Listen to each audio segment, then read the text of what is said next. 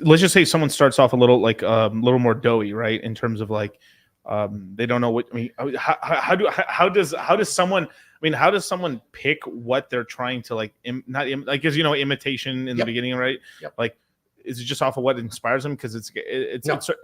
What would you recommend? I give them a list. I actually go through what it means to archetype means, and how there are common archetypes of personality. And you've all heard of the big 5 traits, things like that. Everybody has heroes that they look up to and mentor. They have mentors in their lives. And if they don't, I talk about acquiring them through coaching and things like that. Right. So they have a physical person that they can model behavior after. It's more about modeling behavior. You could do it based on a movie character if you needed to. You really identified with somebody. There's been a lot of sports heroes that have done things like that. It could be a sports hero, and you could model your behaviors off of something like that. So if you're even starting at square one, it's not hard. Everybody has a hero, and you start there, and everybody can get a mentor, a real life mentor. In fact, that's how I recommend it, is that you do hire a coach or a mentor to accomplish several things in your life, and you get very narrow with those accomplishments. Right. Don't make it a paid friend. You don't want to get a counselor that lasts forever and it's a paid friend. You want to go with something in mind. I would like to accomplish this in my life. Can you mentor me in this? Say it's financial, whatever it is, right? Say it's working out. Yep. And then you can acquire some of those skills. He's an expert at it, and you can mold your own behaviors off of that in order to achieve that same success. So that's kind of the outside in principle, is you're going to the outside and you're bringing it into you, and you're modeling behaviors. That's how I describe it, and I use several stories. So even starting at ground zero, I give you a list. I give you a list of things you can do. Body language is real easy.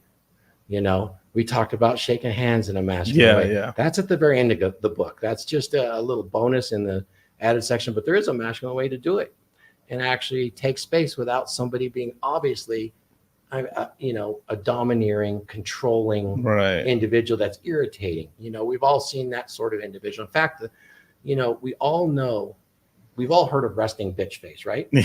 Yeah. You know, there's resting douchebag face too. You know, the guy with the upturned mouth and just looking down his nose at everybody else and really kind of sour.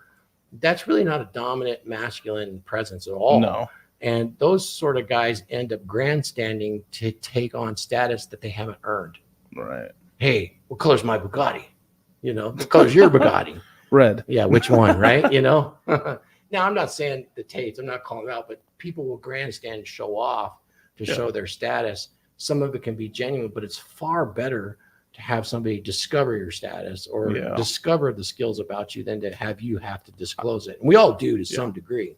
I mean, we all do a level of it, but like I've definitely met some people where it's a little bit much, where like it's almost like they're lacking something. Like they're trying so hard to impress you that it's like kind of sad a little bit. Yeah, we've all met a shuttle pilot that fought in Vietnam, and drove the Orient Express Railroad. Yeah.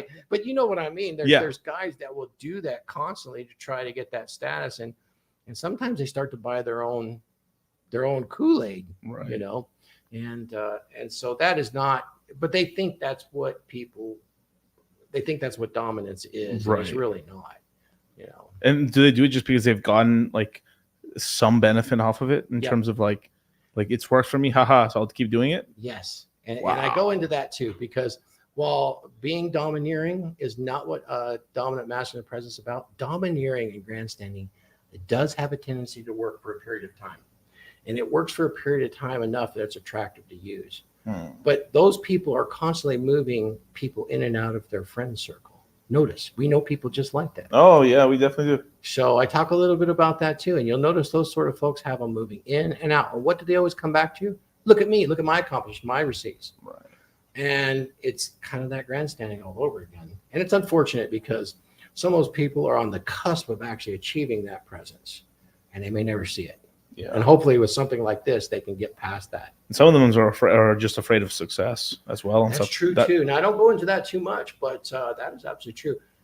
Maybe they can use some of the emotional regulation techniques so they're not trapped in the past. A lot of them are depressed, and they're worried about decisions that were made in their past, and that brings on depression. Or they're afraid of the future. They're fearful. I have an acronym I use when I get into the tools for fear, because one of the emotions we work on regulating is fear. We work on 3 of them: anger, fear, and sadness. So fear, I tell them, think of it as an acronym. Fear, it stands for face, emotions, and regulate. So you're not reacting to that fear all the time. Fear will cause you anxiety. Yeah. Because anxiety lives in the future. Well, guess what? It hasn't happened yet. Future hasn't happened yet. We're just in the moment. So if you can kind of start to get your mind around that, that's really important. And then in that same chapter, I delve into a technique that you can use to kind of calm that inner voice. We've all been up at night listening to those thoughts going over and over again in our head. I give you some really good tools on how to silence that voice and actually get into the flow state. Definitely. Yeah. So obviously, thank you so much for coming, Red Pill Thor, man. Thanks for having me on, man. So you can find it on Amazon.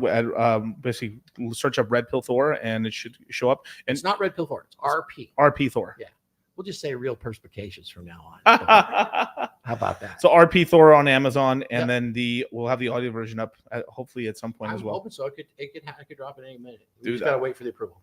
That is so cool, man. Should be pretty cool. And of course, you can find me at becomedurable.com. There's a lot more on there. Thanks, man.